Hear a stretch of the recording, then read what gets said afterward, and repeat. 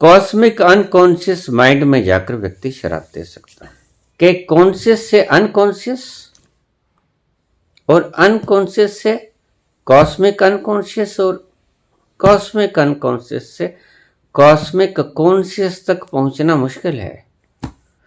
तुम psychology create करते हो, रिपीटिशन कर करके आदमी के दिमाग के भीतर वो चीज बैठा देते हो।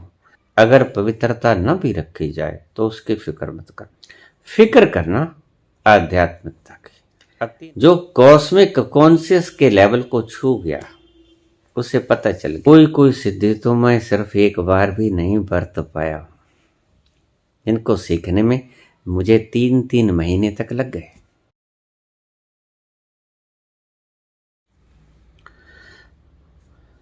फरीदा बुरेदा पलाकर, गुस्सा मन ना हंडाए। फरीदा बुरेदा पलाकर, गुस्सा मन ना हंडाए। देही रोग न लागई,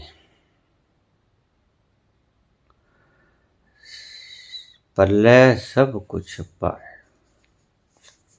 फरीदा बुरेदा पलाकर, गुस्सा मन ना हंडाए। जो तुम्हारे साथ बुरा करता है उसका भला करो और मन में गुस्सा मत करो। देही रोग न लागई, आपके शरीर को कोई रोग नहीं लगेगा। पल्ले सब कुछ पाए। अगर सच से देखें तो फरीद का ये शब्द आध्यात्मवादी नहीं है, शरीरवादी है। आपको पता है जब आप क्रोध करते हैं तो आपके भीतर से ग्रंथियां जहर बनाने लग जाती हैं। वो जहर आपके भीतर रगों में प्रवाहित होता है और शरीर को कमजोर बनाता है। जल्दी मरोगे अगर उस गुस्सा करोगे। तो फरीद कहता है कि गुस्सा मत करो। जो तो को कांटो भवे तो ही बोव तुम फूल। जो तेरे लिए कांटे बीजता है उसके लिए तू फूल बीज। जो तो को कांटा बुवे ताही बोव तू फूल। आगे क्या कहते हैं? तो ही फूल को फूल है। तूने फूल बीजा और फूल मिलेगा। बाको है तरसूल, उसका सूल जो तुम्हारे लिए बोया उसको 3 गुना होके त्रिसूल। वो तिगना दुखी होगा। ये शब्द भी आध्यात्मिक नहीं, शारीरिक है। क्यों? मुझसे किसी ने सवाल पूछा था, बड़ा काम का सवाल है। पवित्रता और आध्यात्मिकता में बहुत अंतर है। पवित्रता और धार्मिकता एक ही बात नहीं होती। पवित्रता और धार्मिकता विपरीत भी नहीं होते, लेकिन पवित्रता से शुरुआत होती है। ठहर मत जाना, पवित्र हो जाना, ठहर मत जाना। और मैं अगला शब्द भी बोलता हूं, अगर पवित्रता न भी रखी जाए तो उसकी फिक्र मत करना।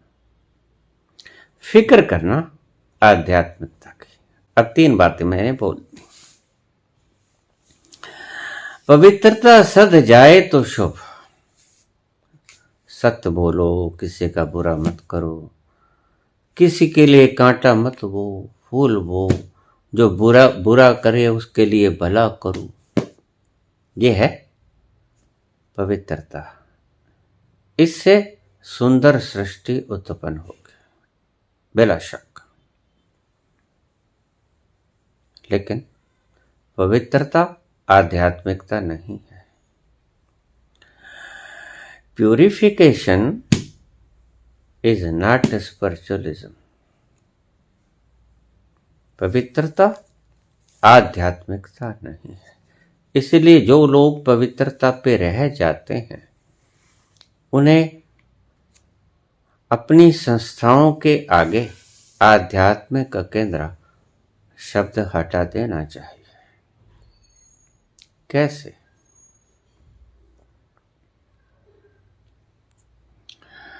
भगवान कृष्ण के होते हुए महाभारत का जंग हुआ।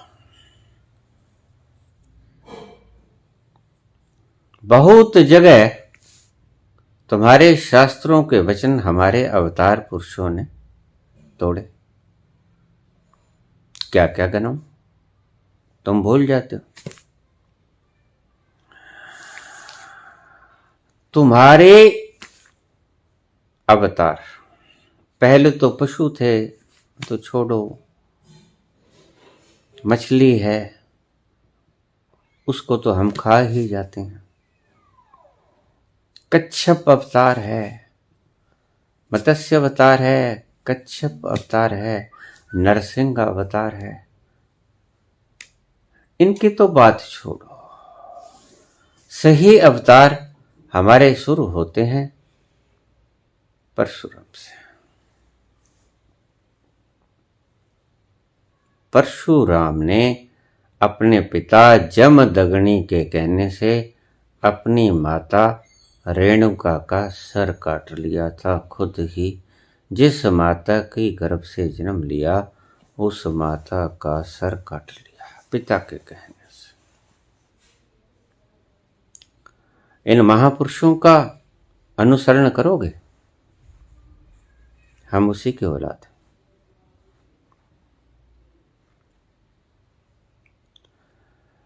हम ब्राह्मण उसी के औलाद हैं जिस परशुराम ने अपने पिता जमदग्नि के कहने से अपनी माता रेणुका का सिर काट लिया। यह पवित्रता है।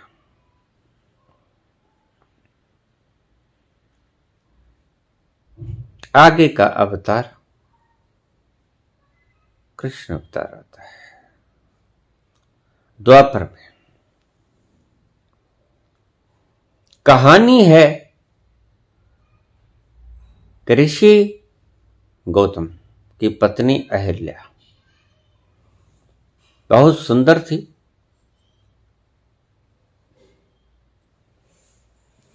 इंद्र मोहित हुए।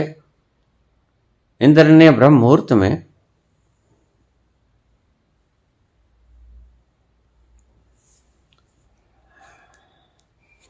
मुर्गा बनकर बांग दी। गौतम ऋषि उठे, क्योंकि ब्रह्म मुहूर्त में उठने के आदी थे ये लोग।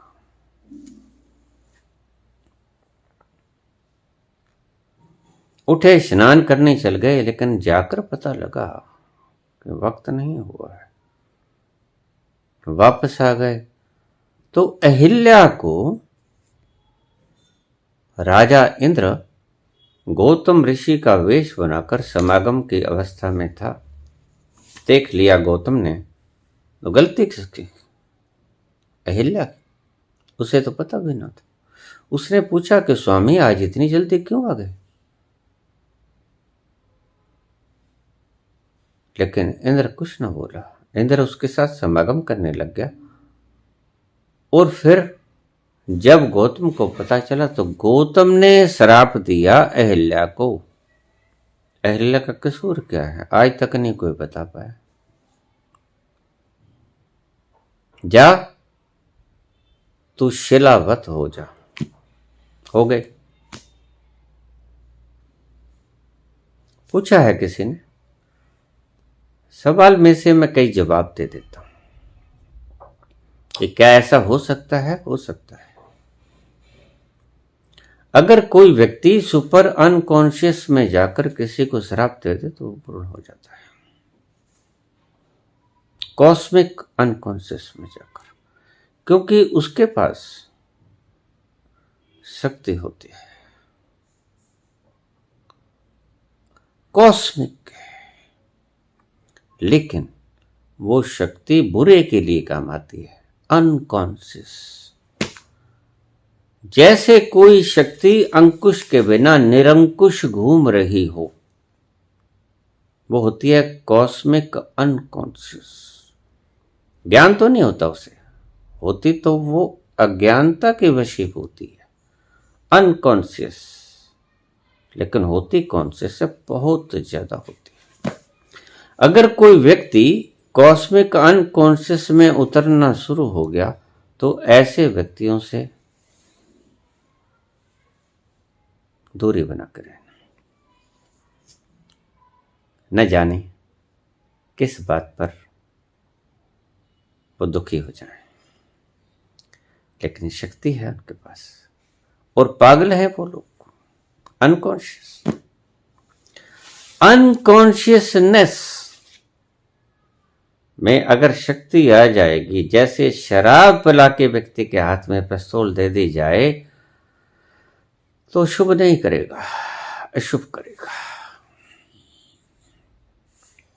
ज्यादा संभावना है कॉस्मिक अनकॉन्शियस माइंड में जाकर व्यक्ति शराब दे सकता है।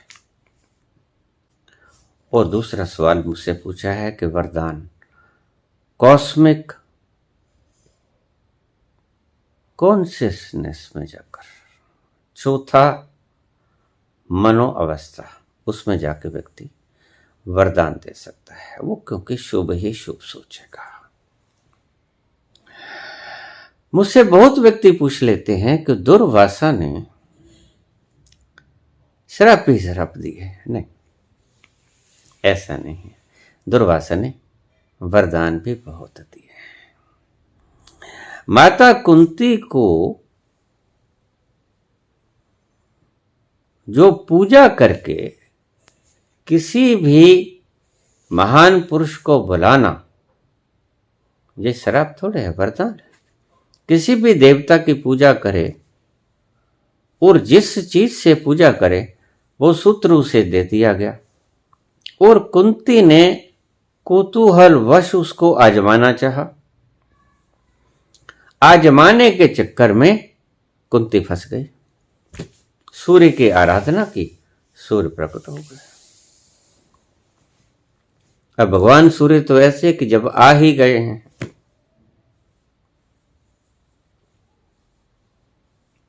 तो कर्ण पैदा हुए, गवारी कुंती से।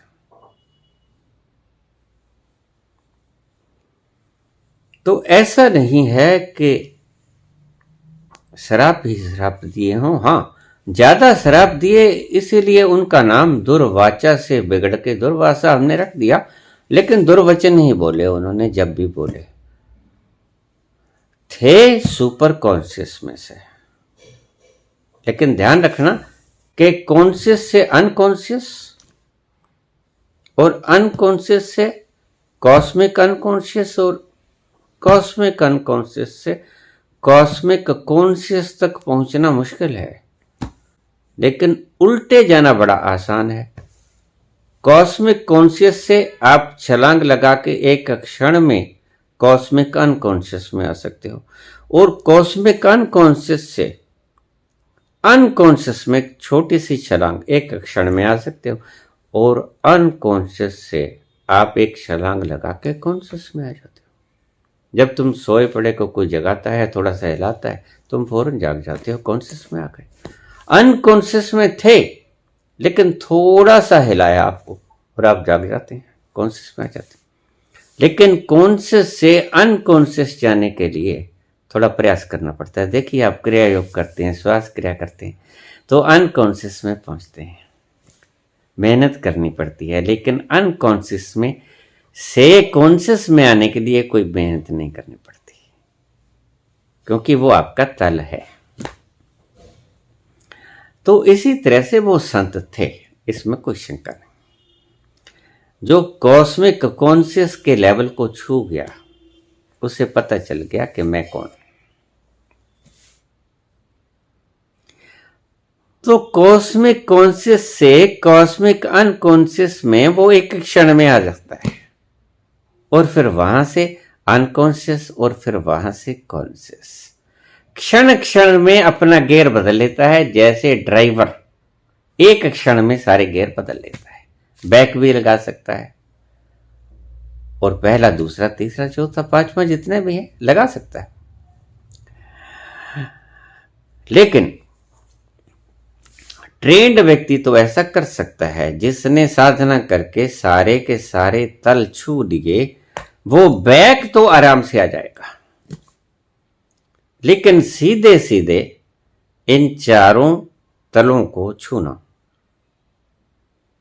बहुत वक्त मांगता है, बहुत शक्ति मांगता है। तो ऐसा नहीं है कि दुर्वासा ने सिर्फ दुर्वचन ही कहे हों, उन्होंने अच्छे वचन भी कहे हैं, शराब पीने दिए, उन्होंने वरदान भी दिए हैं। यद्यपि कृष्ण का कुल दुर्वासा ने नष्ट किया,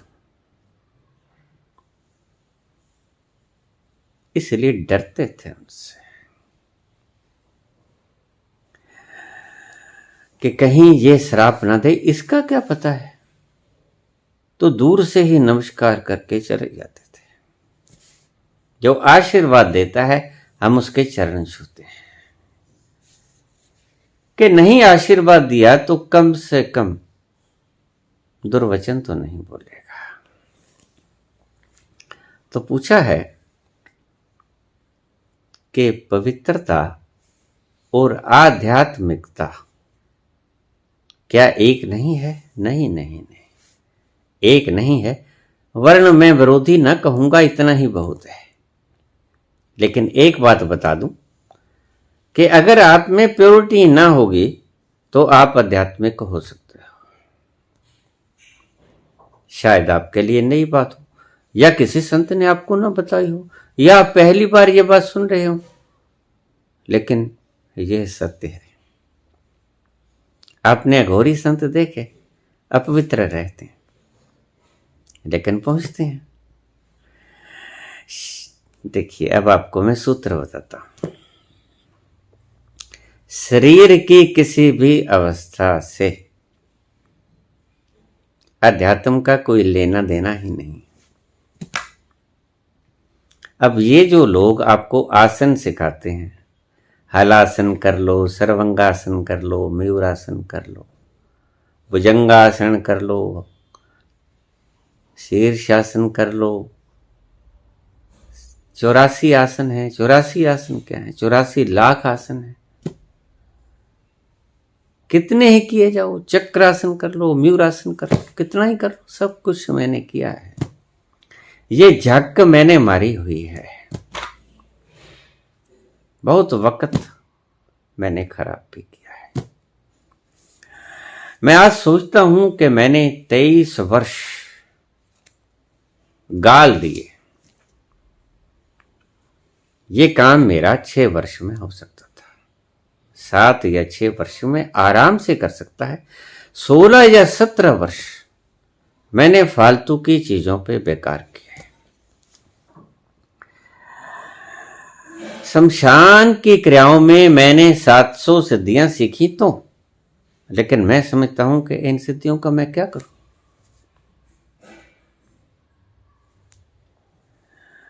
कोई सिद्धि तो मैं सिर्फ एक बार भी नहीं बरत पाया। इनको सीखने में मुझे 3-3 महीने तक लग गए। हाँ, बहुत सी सिद्धियां ऐसी थीं जिनका मैं उपयोग कर पाया। खैर, मैं फिर उसी बात पर आ जाऊं कि पवित्रता का, प्योरिटी का स्पिरिचुअलिटी के साथ कोई लेने देना नहीं, कहीं कोई रेखा भिड़ती ही नहीं।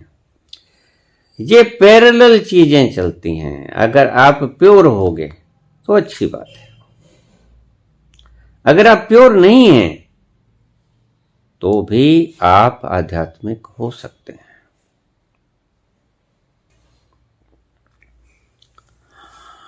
महावीर और पतंजलि क्या सिखाते हैं आपको? पवित्र होना। वो नीचे से शुरू करते हैं और जानते हैं कि इनका फायदा कोई नहीं।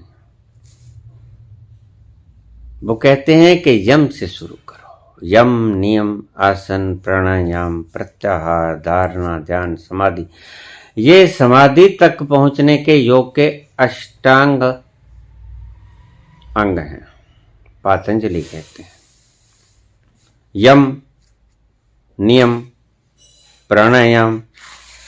पहले यम के ऊपर आओ, सत्य से शुरू करो, सच बोलो, पवित्र होना है ना। ऐसे ही कुछ अन्य आज धर्म भी कहते हैं जो पवित्रता पे ज्यादा जोर देते हैं। मैं ये समझता हूं कि उन्हें अध्यात्म का कोई पता नहीं होता। लक्षणों से, अनुमान से कई बार प्रमाण का ज्ञातव्य मिल जाता है, अनुमान ही काफी होता है। जो इतना जोर देते हैं पवित्रता पे, इसमें कोई गड़बड़ लगती है। अन्यथा पवित्रता इतनी विशेष बात नहीं होती कि इसके बिना आप आध्यात्मिक का शीर्ष न छू सको। ऐसा कभी नहीं होता। रमन को जब समाधि लगी तो उनको कोई खाने को दे देता, खा लेते हैं। महीनों तक नहाते नहीं। उनके ऊपर कोई आके पानी डाल देता, उन्हें नहा देता तो नहा लेते। मस्ती बड़ी चीज है। मस्ती में कहां सूझता है आदमी को पवित्रता। रामकृष्ण 2-2 हफ्ते समाधि में पड़े रहते, उन्हें याद ही ना आता कि नहाना भी है।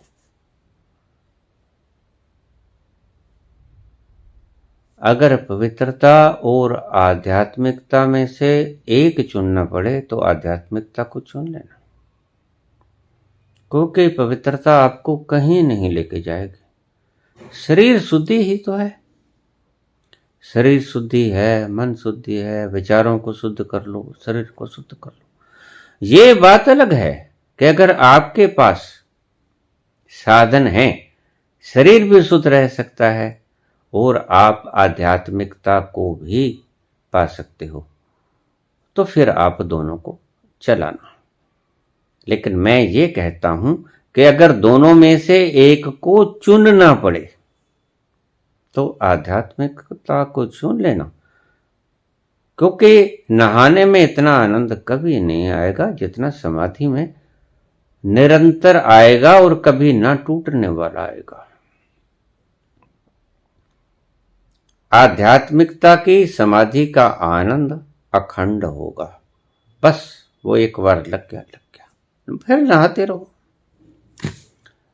एनलाइटेंड होने के बाद आप नहर में ही कूदते रहो, कोई फर्क नहीं पड़ेगा।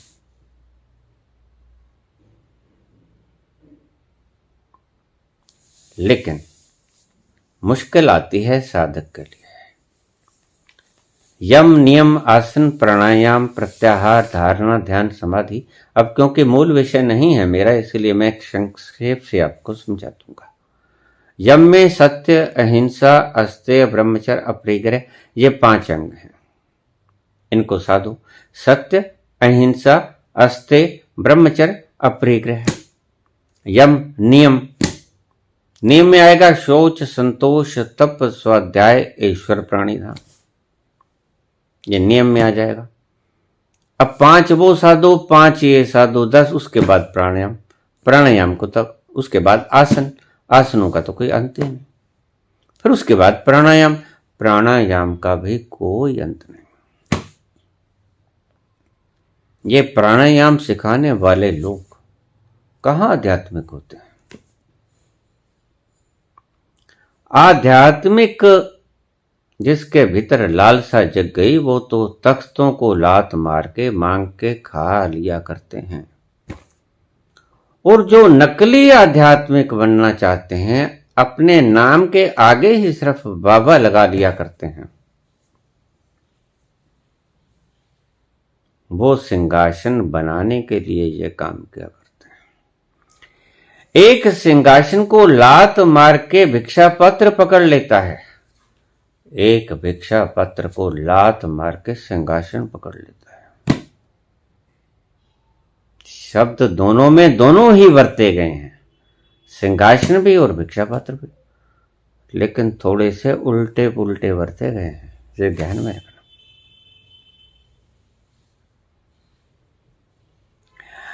अगर सिंहासन को लात मार के बुद्ध जाके जंगल में व्यापार करने लगते तो फिर तो बात कहीं बदली ना थी।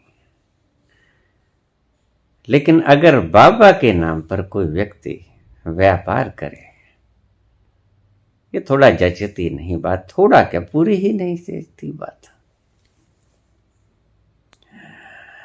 मन में लोभ का विकार रख के तुम लोगों को क्या सिखाने चले हो? उसके पीछे क्या दबा रखा है तुमने? लोभ। तो तुम्हारा लोभ काम करेगा। तुम्हारी सभी शिक्षाओं के पीछे लोभ काम करेगा, क्योंकि प्रेरणा ही लोभ से मिली है। मूल विषय पे आता हूं। फिर प्राणायाम, फिर प्रत्याहार, धारणा, ध्यान, समाधि, आत्मा। महावीर भी यही कहते हैं, सत्य, अहिंसा, अस्तेय, ब्रह्मचर्य, परिग्रह। ऐसे ही महावीर भी चलते हैं, ऐसे ही पातंजलि भी चलते हैं। थोड़ा बहुत भेद है, सूक्ष्म, लेकिन क्योंकि अभी मूल विषय नहीं है, इसलिए मैं अपने विषय पे आऊंगा। मैं कहता हूं कि पवित्रता अगर छूटे तो छोड़ देना, बशर्ते के आध्यात्मिकता मिलती हो।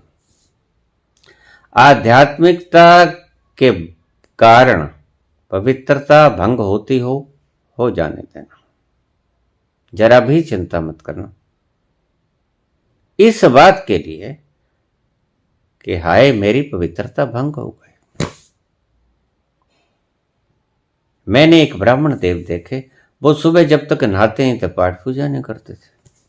मैं एक दिन उससे पूछ लिया कि क्या बात पंडित जी, आपने आरती नहीं किया? कहते मैं नहाया नहीं हूं। मैंने कहा कहां आरती, कहां स्नान? ये तो दोनों चीजें अलग अलग हैं। बल्कि सही पूछो तो तुमने तो विपरीत ही कर दी। तुम बिना नहाए ही आर्त स्वर में पुकारो उससे। आरती का अर्थ क्या होता है? आर्त स्वर में, दुखी स्वर में, ईश्वर से, करुणामय स्वर में ईश्वर से पुकार करना। वो तो नहीं देखता कि तुमने स्नान किया कि नहीं किया, वो तुम्हारी पुकार देखता है, कितनी गहरे हृदय से, विदित हृदय से आई।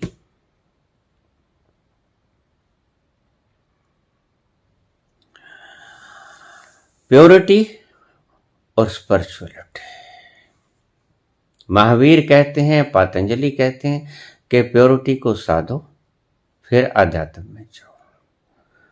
लेकिन कृष्ण तो बिल्कुल ही उल्टी बात कहते हैं।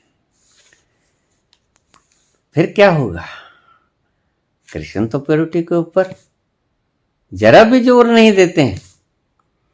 उन्होंने तुम्हारी प्योरिटी की धज्जियां उड़ा दी।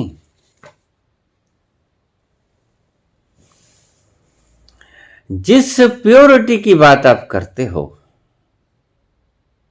कृष्ण आपका कुछ नहीं मानते, हाथ हिला देते हैं। वो कहते मैं नहीं मानूंगा, क्योंकि मैं जानता हूं कि इन चीजों में, इन आपकी बनाई हुई रस्मों में सिर्फ रस्में हैं। ये बेहुदा रस्में हैं, गलत है, मैं नहीं मानूंगा। कृष्ण क्या कहते हैं? तुम बात करते हो अहिंसा की, कृष्ण बात करते हैं हे अर्जुन,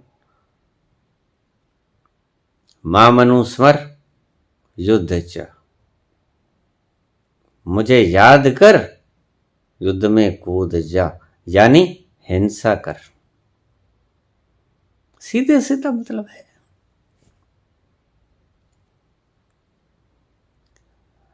सीधा सीधा मतलब है कि तू इनको मार दे। कहां गई तुम्हारी हिंसा अहिंसा? कहां माना उसने? तुम कहते हो सत्य, सबसे पहला पहला तुम्हारा अंग है अष्टांग योग में। पातंजलि के यम का प्रथम जो भाग आता है वो होता है सत्य। सत्य अहिंसा अस्त्य ब्रह्मचर्य अपरिग्रह। सत्य, लेकिन कृष्ण तो ये बात नहीं कहते।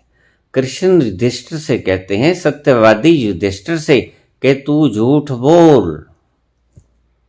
युधिष्ठिर कहता है कि प्रभु मैं तो ना बोल सकूंगा। उसने कहा फिर तू हार जा। हारना भी नहीं चाहता, फिर क्या करे? फिर कृष्ण ने नीति अपनाई, हाथी का नाम अश्वत्थामा रखा। भीम ने गदा प्रहार किया, अश्वत्थामा हाथी मारा गया और ये योजना बनाई गई। युधिष्ठिर मान गया। अब भला अगर आप गौर से सूक्ष्मता से विचार करोगे तो जिस बात का पता है युधिष्ठिर को कि ये बात झूठ है, तो सत्यवादी कहां रह गया?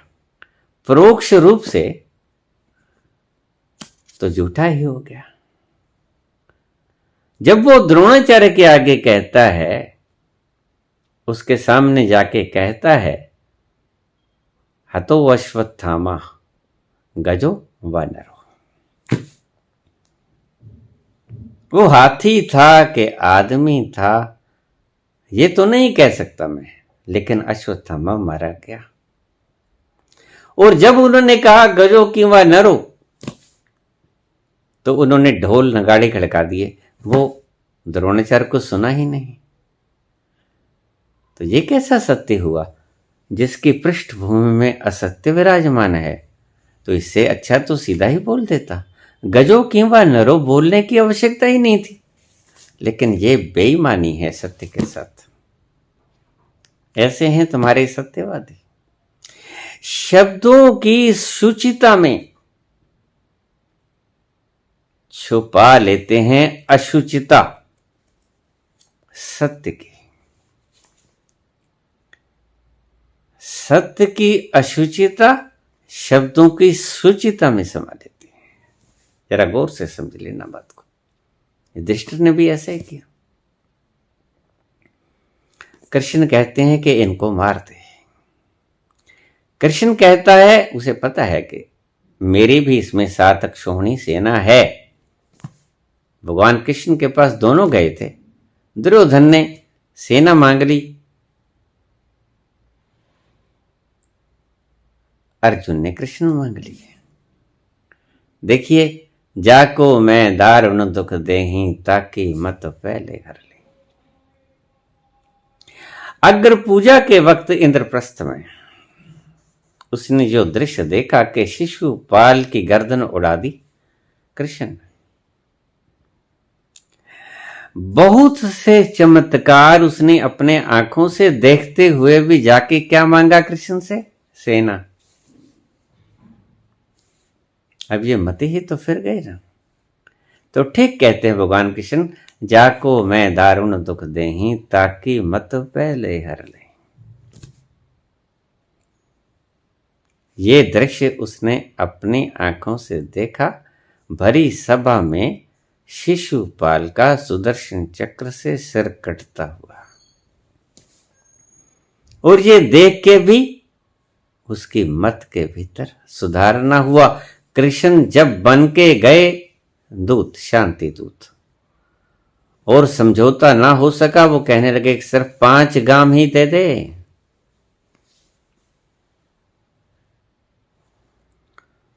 और 5 गांव भी कोई बहुत बड़े नहीं मांगे थे, लेकिन 5 गांवों का तो यहां मतलब ही नहीं। बात तो सिर्फ मैं की थी।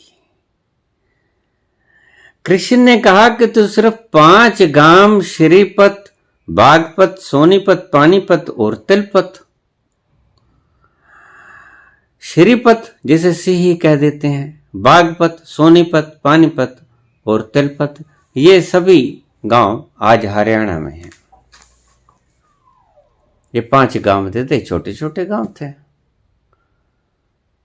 लेकिन दुर्योधन कहने लगा कि मैं इनको सुई की नोक के बराबर जगह नहीं दूंगा।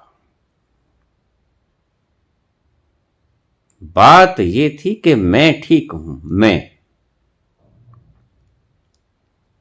तो शांति दूत बन के गए और दुर्योधन ने कहा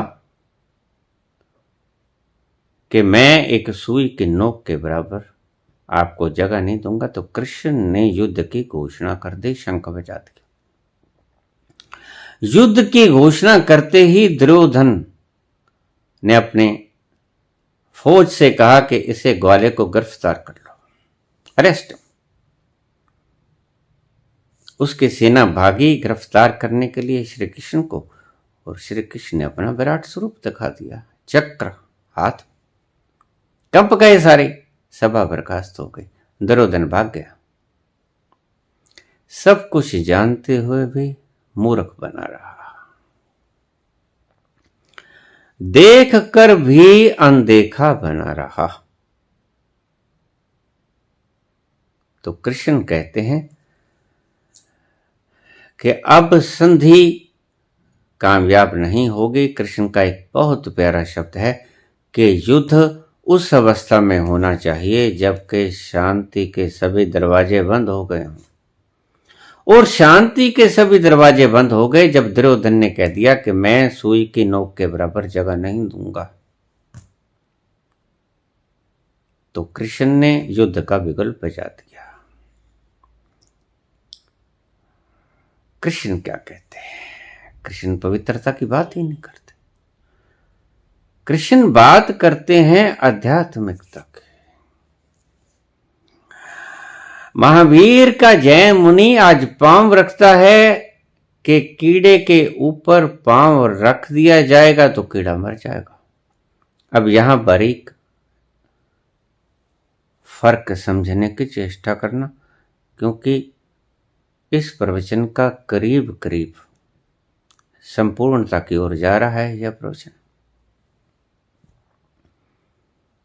जैन मुनि धीरे से पांव रखता है कि कोई कीड़ा इस पांव के नीचे आके मर ना जाए।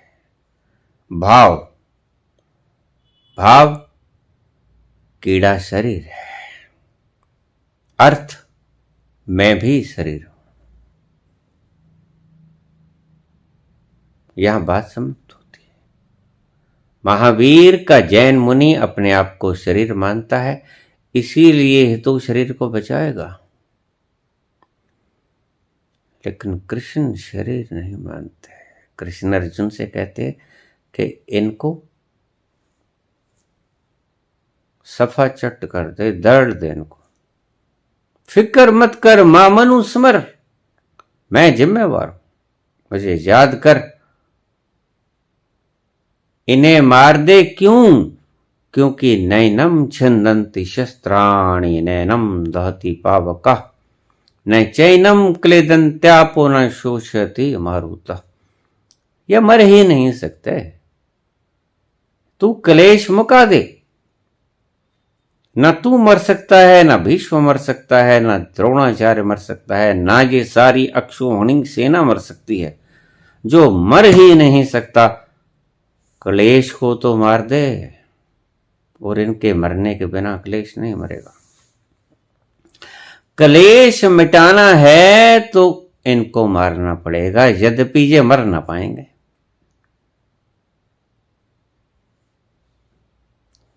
ये शरीर नहीं है, इसका अर्थ ये था। जैन मुनि कहता है कि ये शरीर है, कृष्ण कहते हैं कि ये शरीर नहीं है।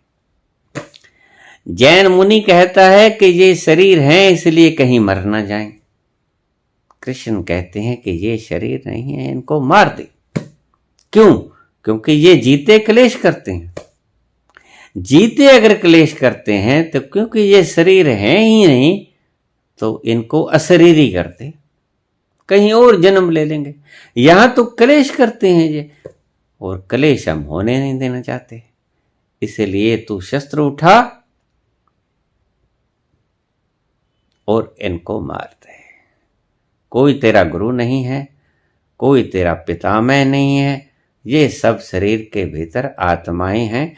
यह न मरेंगी, न गलेंगी, न जलेंगी, न सूखेंगी। नैनम छिन्दन्ति शस्त्राणि नैनम दहति पावका न चैनम क्लेदन्त्यापो न शोषयति मारुतः।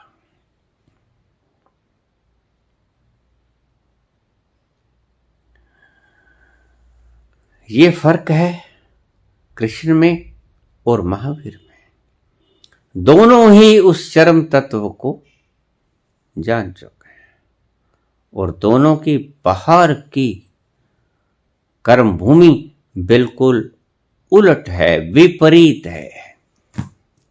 एक कहता है कि मैं मर जाऊं कोई बात नहीं, ये न मरे। एक कहता है कि तू मर जाए तो भी कोई बात नहीं, इनको मारने की चेष्टा कर। अगर कृष्ण अर्जुन से कहते हैं कि इन्हें मार दे, इसका मतलब ये नहीं था कि ये पक्का मर ही जाएंगे। हो सकता है उनका दाव चल जाता, वो इसे मार देते। लेकिन वो कहते हैं अगर तू भी मर गया तो कोई बात नहीं, क्योंकि तू भी शरीर नहीं, और ये भी मर गए तो भी कोई बात नहीं, क्योंकि ये भी शरीर नहीं है। सो ये है आपकी समस्या का जवाब। पवित्रता अगर सध जाए, आध्यात्मिकता के सधने के भीतर एक छाया की तरह, तो उसे साध लेना। उसे मुख्यतः लक्ष्य मानकर मत चलना। लक्ष्य तो आध्यात्मिकता ही रखना, लक्ष्य तो स्वयं स्वरूप को जानने का ही रखना, उसमें स्नान। अगर पवित्रता अगर सहयोग कर जाए तो भली, और सहयोग न भी करे तो भी भली, लेकिन पवित्रता को लक्ष्य बना के न चलना। आज बहुत से धर्म पवित्रता को लक्ष्य बना के चले हैं। पवित्रता लक्ष्य नहीं है। और दूसरे साइकोलॉजी के ऊपर बहुत से लोग आज क्या बहुत पुराने वक्त से चलते हैं। पाप किए हैं। एक बात को सुन लेना भक्तजनों, पाप भोग के ही कटा करते हैं।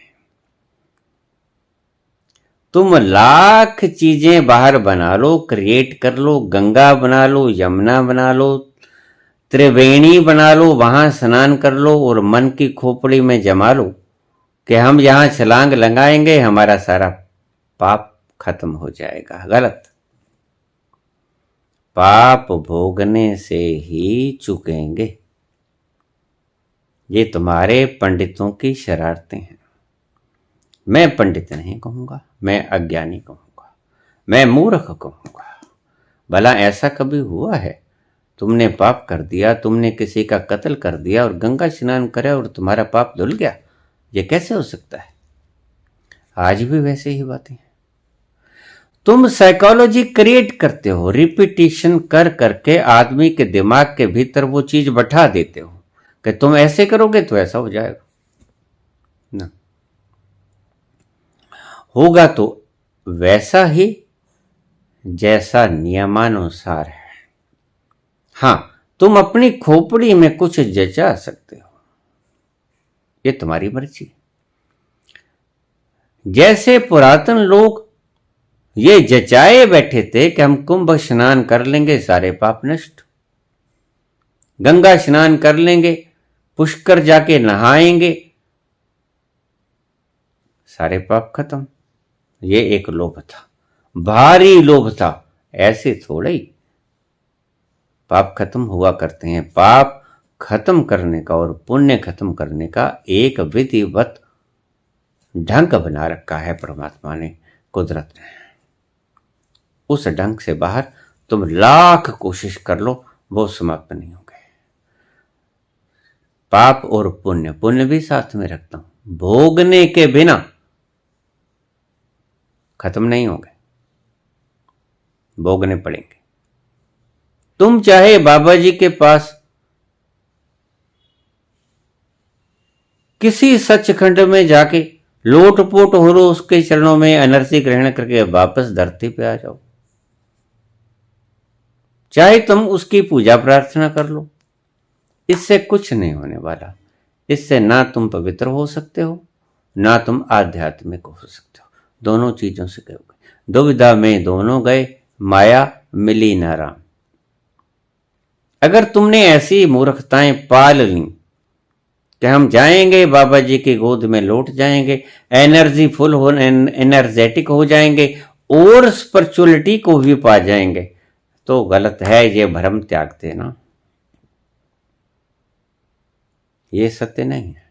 जैसे गंगा में छलांग लगाने से पाप नहीं धुलते, ऐसे ही कोई तुम्हारा बाबा नहीं बैठा है ऊपर जिसके गोद में लौट जाओगे और जिसके गोद में लौट जाओगे और फुल एनर्जेटिक होकर वापस आ जाओगे और फिर संसार के क्रियाकलापों में लग जाओगे। ऐसा कोई बाबा कहीं नहीं है। ऐसा तत्व तो सब जगह ही मौजूद है। ईशावास्यमिदं सर्वम यत् किंच जगत्याम जगत, वो तत्व तो यहां भी विद्यमान है, तुम्हारे घर भी विद्यमान है, ऊपर भी विद्यमान है, नीचे पाताल में भी विद्यमान है। उस तत्व को कोई सेपरेट, कोई लोक नहीं है, यह भूल मत कर लेना।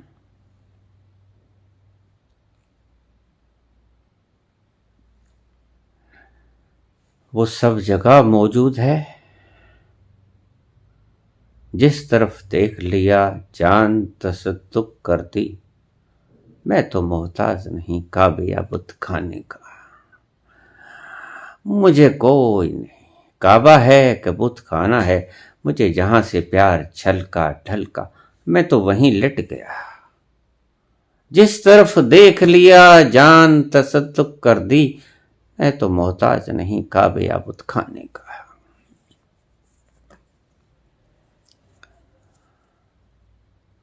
आपका पांव बंधा हुआ है रस्सों से, जंजीरों से, और तुम मैराथन की दौड़ की तैयारी कर रहे हो।